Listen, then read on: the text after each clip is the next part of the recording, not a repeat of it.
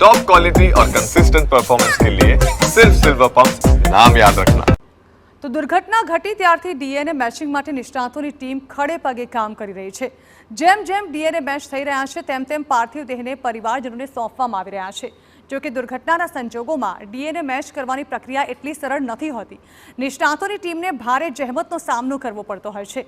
આ આખી પ્રક્રિયા કેટલી જટિલ છે તેને ગ્રાફિક્સના માધ્યમથી સમજવાની કોશિશ કરીએ।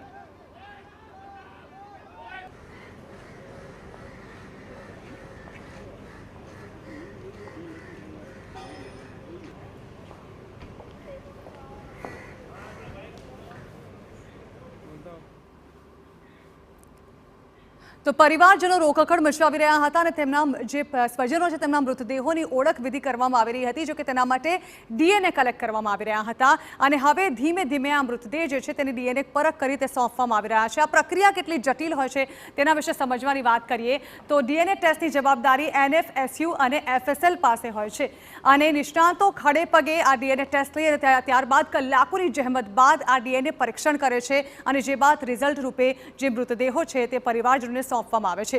કુલ 250થી વધુ મૃતદેહોના સેમ્પલ એનએફએસયુ અને એફએસએલમાં મોકલવામાં આવ્યા હતા। એક કેમિકલ જે હતું તેનો પણ સ્ટોક જે છે તે દિલ્હીથી મંગાવવામાં આવ્યો હતો જેના કારણે ઝડપથી આ ટીમ કામ કરી શકે। ડીએનએના મેચિંગ માટે નિષ્ણાતોએ દિવસ રાત ભારે જહેમત લગાવી હતી કારણ કે આ ડીએનએ જે આખા પરીક્ષણની પ્રક્રિયા હોય છે તે કલાકોની મહેનત માંગી લે છે।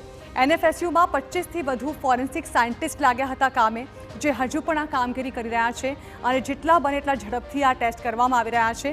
એફએસએલમાં 36 જેટલા નિષ્ણાતોની ટીમ દ્વારા કામગીરી કરવામાં આવી છે।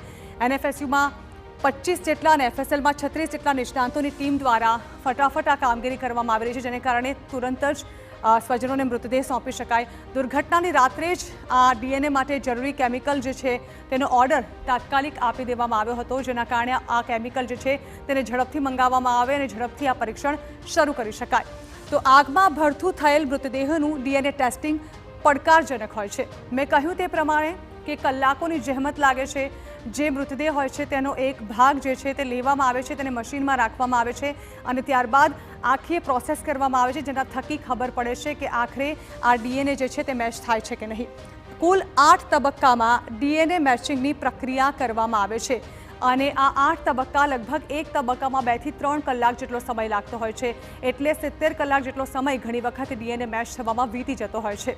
પરીક્ષણ માટે જે નમૂનાઓ લેવામાં આવ્યા હોય છે તેના એનાલિસિસ અને કેસ ખોલવાની પ્રક્રિયા જે છે તે સૌથી પહેલાં કરવામાં આવે છે।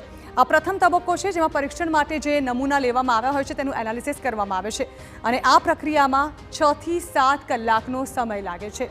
જે સમયે આ દુર્ઘટના સર્જાઈ હતી તુરંત જ આ કામગીરી શરૂ કરી દેવામાં આવી હતી।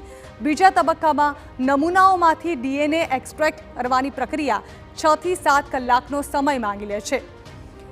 જે દાંત કે પછી ખોપડી કે પછી હાથનો જે ભાગ જેને નમૂના માટે લેવામાં આવ્યો હોય છે તેનું ચેકિંગ કરવામાં આવે છે અને ત્રીજો તબક્કો હોય છે ડીએનએની ક્વોન્ટિટી અને ક્વોલિટીનું ચેકિંગ હાથ ધરવામાં આવે છે અને તેમાં પણ કલાકોનો સમય લાગી જાય છે। લગભગ 3 થી 4 કલાક જેટલો સમય આ પરીક્ષણમાં પણ લાગી જાય છે ત્યારે ડીએનએ અલગ કરવામાં આવે છે। ચોથા તબક્કામાં ડીએનએ નમૂનાઓના પીસીઆરની પ્રક્રિયા હાથ ધરવામાં આવે છે। કુલ 8 તબક્કાઓ હોય છે। ધીમે ધીમે કલાકોની પ્રોસેસ થકી ડીએનએ પરીક્ષણ શક્ય બને છે। ત્યારબાદ લગભગ આ તબક્કામાં પણ 3 થી 4 કલાક જેટલો સમય લાગે છે। જે રીતે પરિવારજનો આક્રંદ મચાવી રહ્યા હતા તેમને પોતાના સ્વજનોના મૃતદેહ જોવા હતા પરંતુ જે પ્રકારે આ પ્રક્રિયા આખા કલાકોનો સમય માંગી લે છે તેને કારણે આ પરીક્ષણ બાદ મૃતદેહો સોંપવાની કામગીરી થોડી લેન્થી પ્રોસેસ થઈ જાય છે। પાંચમા તબક્કામાં ડીએનએનું પ્રોફાઇલિંગ થાય છે જેમાં 8 થી 9 કલાકનો સમય લાગે છે। ઓછામાં ઓછો 2 થી 3 કલાક અને ત્યારબાદ પાંચમા તબક્કા સુધી પહોંચતા લગભગ 8 થી 9 કલાક જેટલો સમય આ ડીએનએ પરીક્ષણમાં લાગી જાય છે। ત્યારબાદ આવે છે છઠ્ઠો તબક્કો જેમાં ડીએનએ પ્રોફાઇલનું એનાલિસિસ કરવામાં આવે છે અને તેમાં બીજા 2 થી 3 કલાકનો સમય લાગે છે। એક તરફ જ્યાં 25 તજજ્ઞોની ટીમ બીજી તરફ 36 તજજ્ઞોની ટીમ લાગી હતી પરંતુ હજુ પણ આ કામગીરી ચાલે છે અને હજુ આ 8 તબક્કા જેમ જેમ પૂરા થાય છે તેમ તેમ સ્વજનોને મૃતદેહ સોંપવાની કામગીરી હાથ ધરવામાં આવે છે।